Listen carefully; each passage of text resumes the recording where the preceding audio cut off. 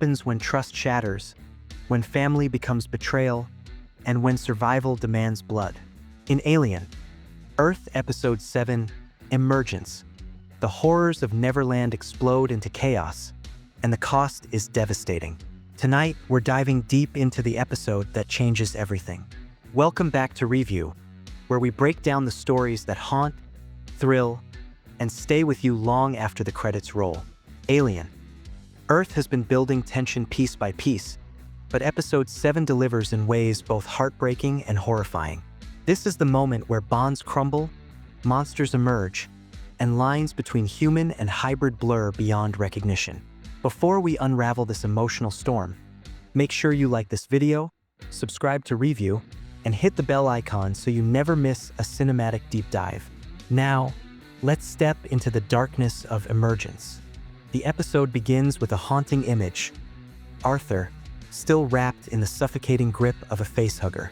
Beside him sits Slightly, a child trapped in a hybrid body, torn between compassion and fear.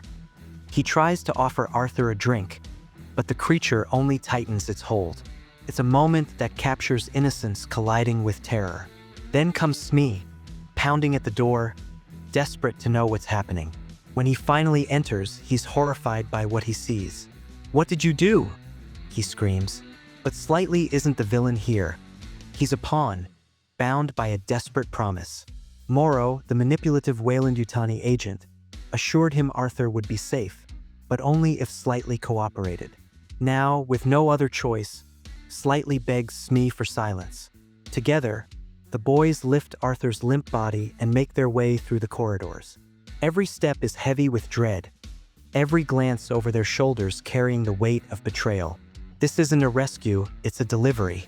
The tension is palpable because deep down, they know something is wrong.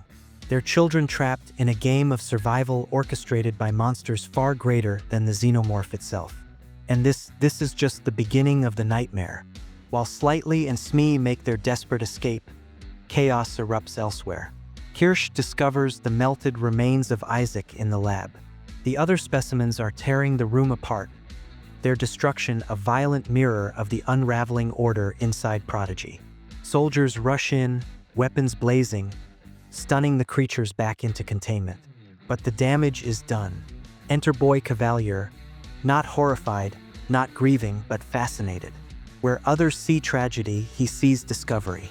His eyes linger on Isaac's ruined body, marveling at what the hybrid accomplished in its final moments. To him, this isn't loss, it's progress. But Wendy doesn't share his cold detachment. She arrives and sees Isaac's body, her grief raw and unrestrained. She wants to tell the others, but Cavalier orders silence. When he tries to stop her from leaving, Wendy does something extraordinary. She communicates with the Xenomorph. The creature responds, smashing against its enclosure, a terrifying show of obedience. For the first time, Wendy realizes the power she holds. This moment is chilling not because of the monster in the cage, but because of the girl outside it. Wendy isn't just a survivor. She's emerging as something else entirely, a force that neither Cavalier nor Prodigy fully understands. As alarms echo through the base and trackers go dark, the fragile balance of control is shattered. Prodigy thought they were the masters of this experiment. Now it's clear, the experiment is mastering them. Wendy's path takes her beyond the walls of Prodigy, joined by Hermit and Nibs. They stumble upon something that stops them cold: 6 small graves, each one carved with the real names of children who once lived before their minds were transplanted into hybrid bodies. For Wendy, this is a brutal revelation.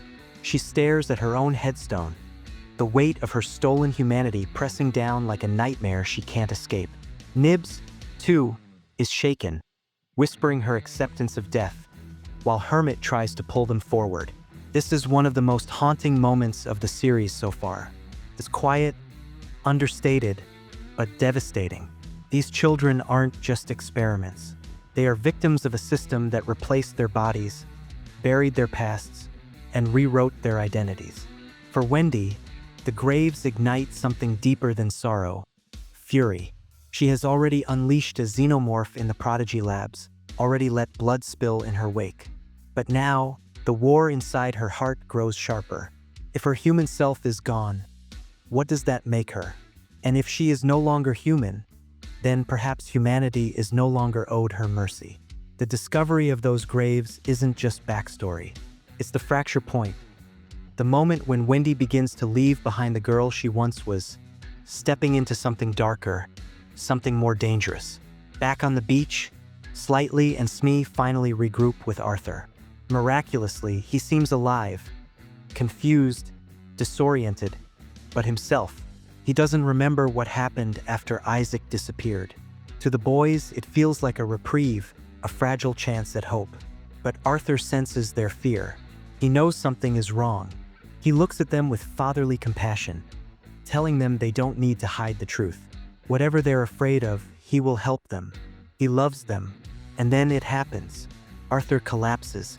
His body convulses in agony. The nightmare they've been dreading tears its way free. A chestburster erupts from his chest, killing him in a spray of blood. The scene is raw, brutal, and shattering. Arthur was more than a leader. He was family. For Smee and Slightly, watching him die isn't just horror. It's the destruction of their world. Smee breaks down in grief, his cries echoing across the beach. But Slightly, desperate and lost, drags Arthur's corpse toward the meeting point with Morrow. His loyalty to promises, even twisted ones, outweighs his loyalty to truth. The betrayal cuts deep. In one moment, they lose not only their father figure but also their innocence. Childhood has no place here anymore. Only survival, bargains, and blood. When Slightly and Smee reach the meeting point, their nightmare only deepens. Morrow and his Weyland-Yutani troopers rise from the sea, guns glinting under gray skies. Morrow's fury is immediate. He wanted the specimen. Instead, he's given Arthur's lifeless body. His promises to Slightly crumble into thin air as he orders the boys taken at gunpoint. Whatever illusions of safety they clung to are ripped away. But the power struggle doesn't end there.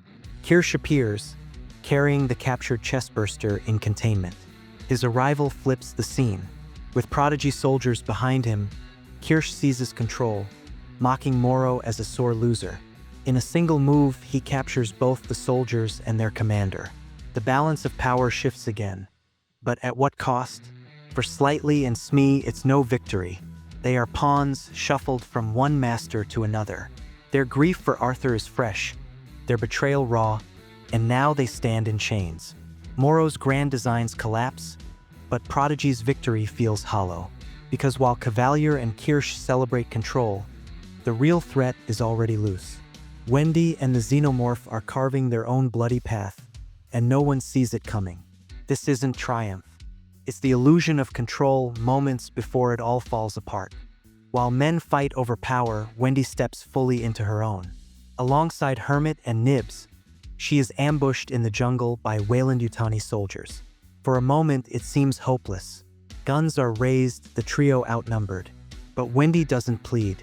She warns. She chitters, her voice carrying a strange command. And then, from the sky, death descends. The adult Xenomorph tears through the soldiers with ruthless efficiency. Blood splatters the trees, screams vanish into silence. And then, in the quiet aftermath, the unimaginable happens. The Xenomorph approaches Wendy, not as prey, not as foe, but as something else. She reaches out, touches its head, and calms it. In that moment, the roles invert.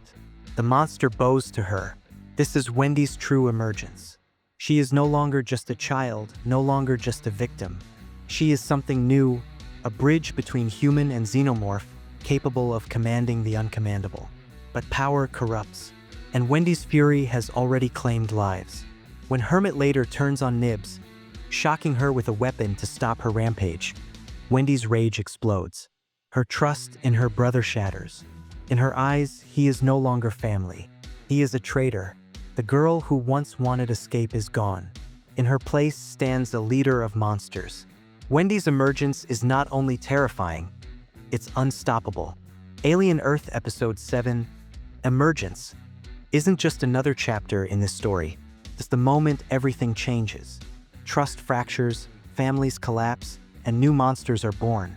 not only in the lab, but in the hearts of those who have lost everything. The graves in the forest, the chestburster tearing Arthur apart, Wendy standing hand to claw with a xenomorph. These aren't just scenes, they're transformations. Every character is evolving, and none of them are safe.